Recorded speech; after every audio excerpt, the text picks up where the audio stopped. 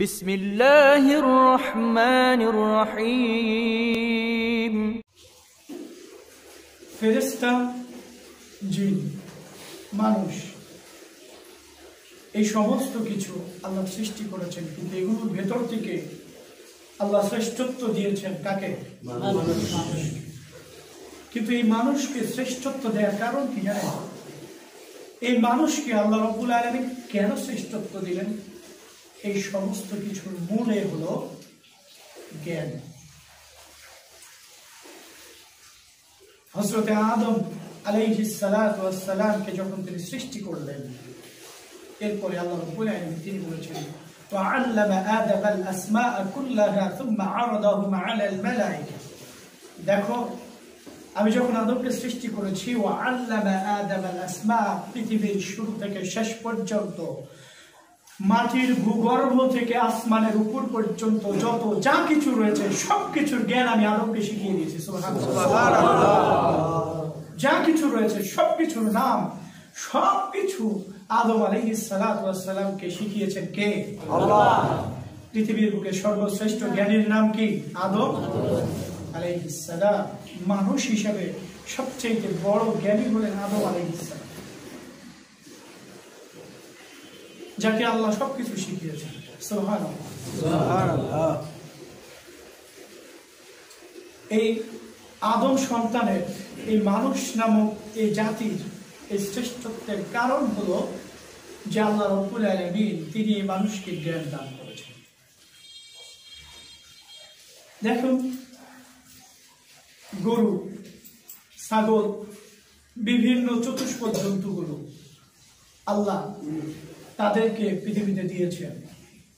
তাদের কি শরীর নেই, চক্ষু নেই, কর্ণ নেই? তাদের কি চলাফেরা করার মতো শক্তি ক্ষমতা নেই? সব আছে, কিন্তু কি নেই? জ্ঞান নেই।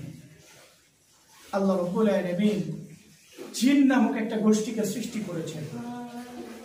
তাদেরকেও আল্লাহ যা দিয়েছেন এর ভেতর থেকে আদম সন্তানকে চাইতে আরো বেশি দিয়েছেন। আলহামদুলিল্লাহ।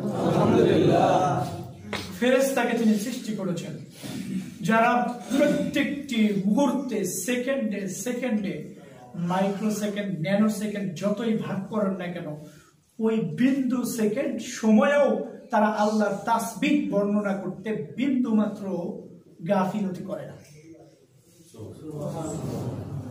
ওই আসমানের উপরে শত শত নয়, হাজার হাজার নয়, লক্ষ লক্ষ নয়, বিলিয়ন ট্রিলিয়ন সংখ্যক ফেরেশতাকে ওই আসমানের উপরে সৃষ্টি করেছেন কে?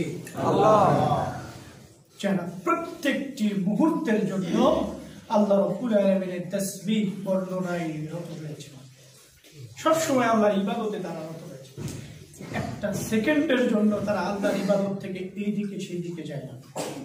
তাদের চোখটা মুহূর্তের জন্য একটু বন্ধ হয় না, তাদের কোনো ক্লান্তিও আসে না, তাদের কোনো খেতে হয় না, তাদের কোনো পান করতে হয় না, তাদের কোনো যৌন চাহিদা নেই, তাদের কোনো রকমের কোনো চাহিদার কিছুই নেই। শুধু একটাই কাজ তাদের, সব সময়ের জন্য একজনের ইবাদত করা, তিনি কে? আল্লাহ। এই সৃষ্ট ফেরেশতা, তাদেরকে আল্লাহ নূর দিয়ে সৃষ্টি করেছে, অথচ এই ফেরেশতাকে দিয়ে আল্লাহ রাব্বুল আলামিন আদমকে সিজদা করিয়েছেন। সুবহানাল্লাহ। এত শ্রেষ্ঠ, এত উঁচু মানের একটা গোষ্ঠী,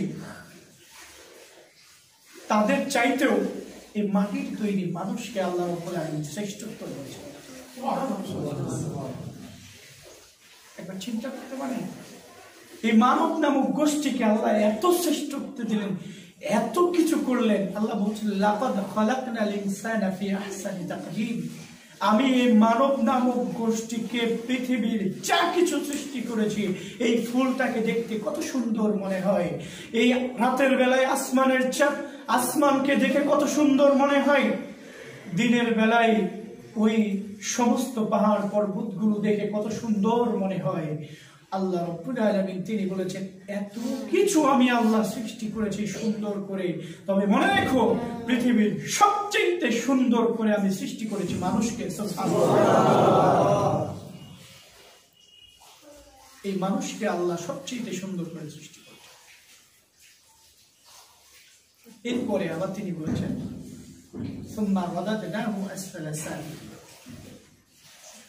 এত কিছু দিয়ে শ্রেষ্ঠত্ব দান করলাম, এত সুন্দর করে নিজ হাতে তৈরি করলাম এই মানুষকে আমি, আবার এই মানুষকে আমি আল্লাহ রাব্বুল আলামিন এই পৃথিবীতে যত নিকৃষ্ট বস্তু আমি সৃষ্টি করেছি, যত নিকৃষ্ট জাতি গোষ্ঠী বর্ণ যা কিছু রয়েছে সবচেয়ে নিকৃষ্টতম আমি পৌঁছিয়েছি মানুষকে। নাউজুবিল্লাহ।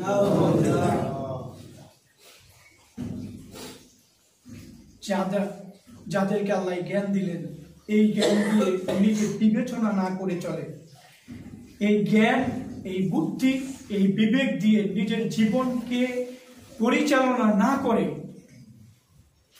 উদাসীন হয়ে মন যা চায় তা করে বেড়ায়, এই সমস্ত মানুষগুলো এরা নামে মানুষ কিন্তু পৃথিবীর সবচেয়ে নিকৃষ্ট জাতি। এটা আল্লাহ বলেছেন, আমি বলি।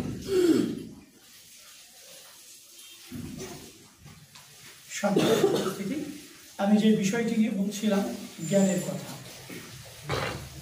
আমরা সবাই জানি একটা হাদিস, সবাই আমার সাথে বলুন তো, দেখি মনে আছে কিনা সবার? তলাবুল ইলমি, মনে আছে না? সবাই শুনেছেন না হাদিসটা? তলাবুল ইলমি ফারিদাতুন আলা কুল্লি মুসলিমিন। আল্লাহ রাব্বুল আলামিন পৃথিবীর সমস্ত মুসলমান নর নারী সকলের উপরে জ্ঞান অর্জন করা ফরজ করে দিয়েছেন। এটা শুনেছেন না? মুসলমানের উপরে জ্ঞান অর্জন করা কি? এই জ্ঞান দিয়ে আল্লাহ রাব্বুল আলামিন এই মানব জাতিকে তিনি সম্মানিত করেছেন। তখন থেকে আজ পর্যন্ত এই মানুষগুলোকে এই জ্ঞান অর্জন করা আল্লাহ ফরজ করে দিয়েছেন। আল্লাহ রাসূল সাল্লাল্লাহু আলাইহি ওয়াসাল্লামকে আল্লাহ রাব্বুল আলামিন এই পৃথিবীর বুকে নবুয়ত দান করেছেন, রিসালাত দান করেছেন। নবুয়ত রিসালাত দেওয়ার পরে আসমান থেকে সর্বপ্রথম যে ওহী তিনি পাঠিয়েছেন, সেই ওহী কি? ইকরা বিসমি রাব্বিকাল্লাযী খলাক। পড়ুন, ইকরা, পড়ুন, ইকরা বিসমি রাব্বিকাল্লাযী খলাক। পড়ুন আপনার প্রভুর নামে, যিনি আপনাকে জমাট বাঁধা রক্ত হতে সৃষ্টি করেছেন। সুবহানাল্লাহ। পড়তে হবে একজনের নামে, তিনি কে? আল্লাহ।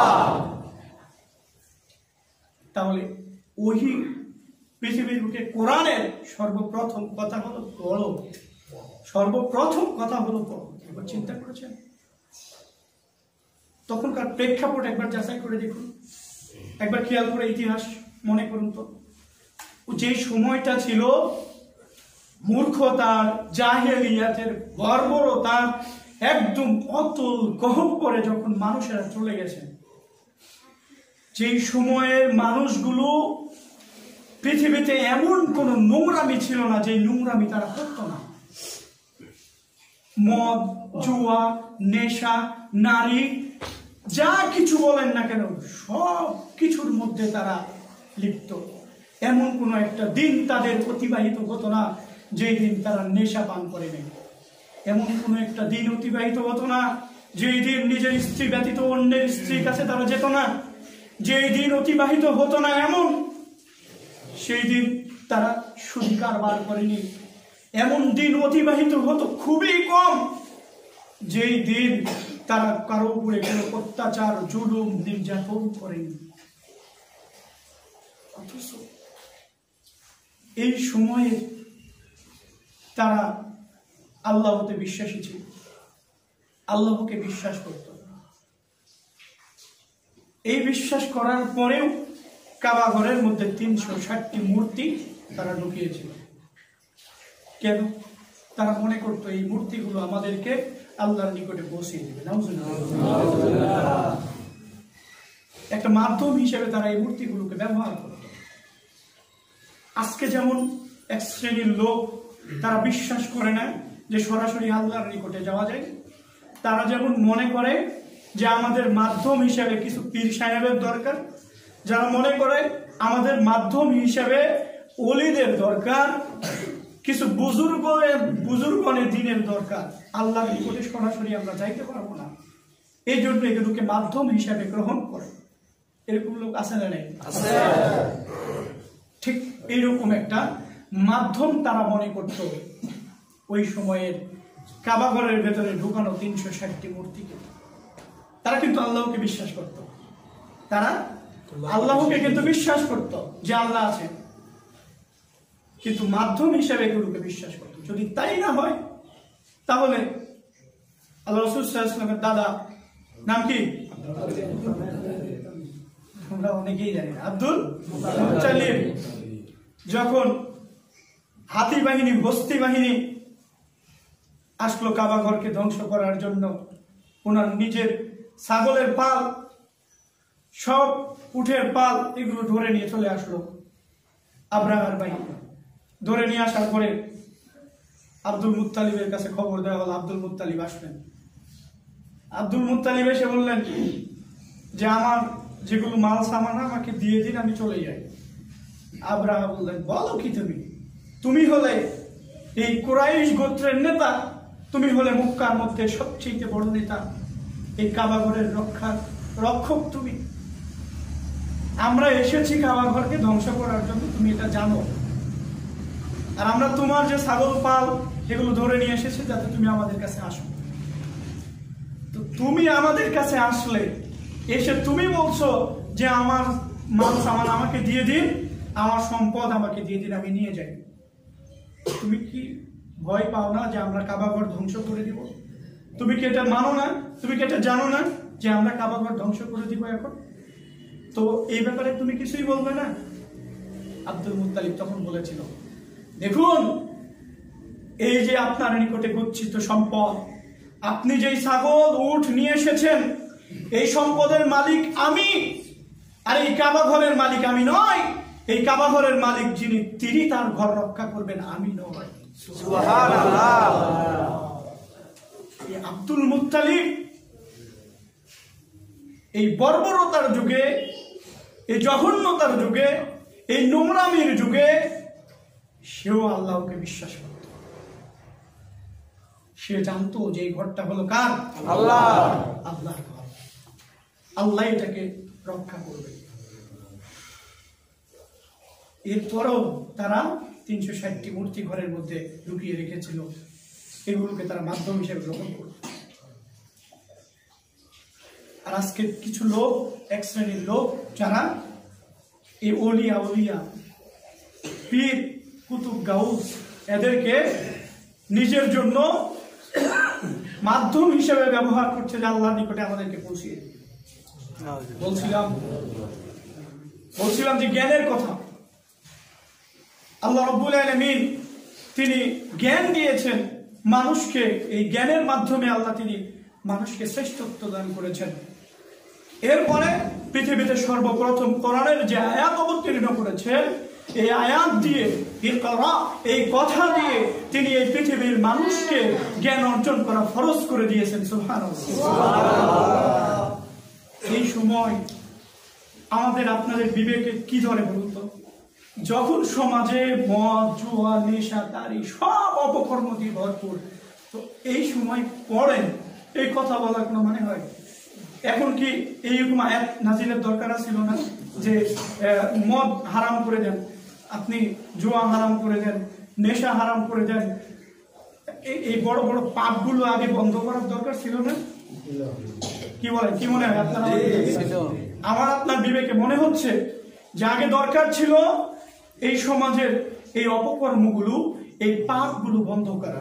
কিন্তু আল্লাহ রাব্বুল আলামিন তিনি তো আমার আপনার চাইতে অনেক অনেক অনেক অনেক গুণ বেশি জ্ঞানী। তিনি জানেন কি করতে হবে। এই জন্য সর্বপ্রথম কথা নাজিল করলেন, ইকরা, পড়ো।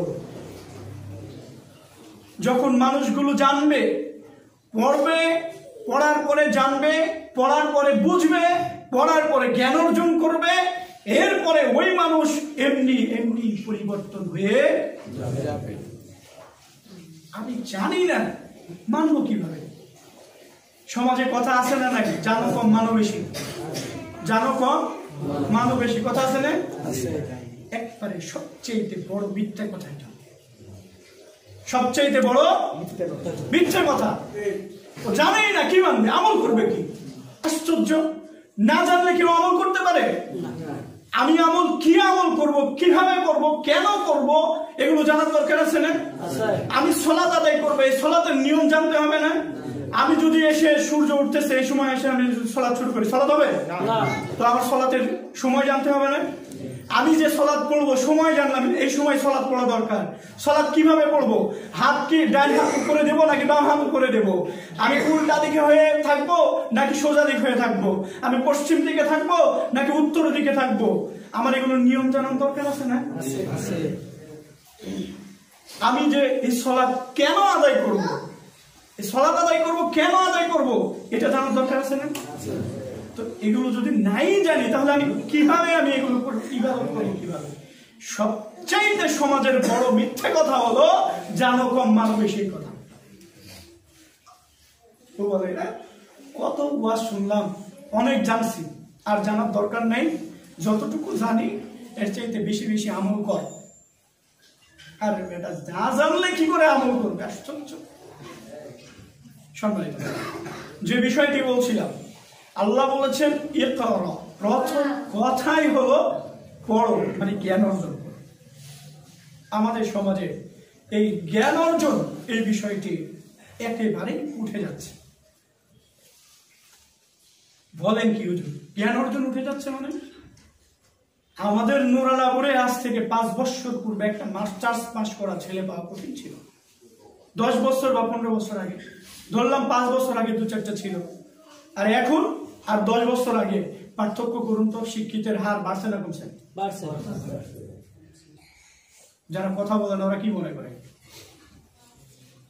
শিক্ষিতের হার বাড়ছে না? এখন অপকর্ম, কুকর্ম, বর্বরতা, নোংরা, জুলুম, অত্যাচার কমছে না বাড়ছে? তাহলে শিক্ষিত যদি বাড়ে, এই বর্বরতা, জঘন্যতা, এই জুলুম, অত্যাচারও যদি বাড়ে, তাহলে এটা কিভাবে ইলিম হলো? জ্ঞান কিভাবে হলো?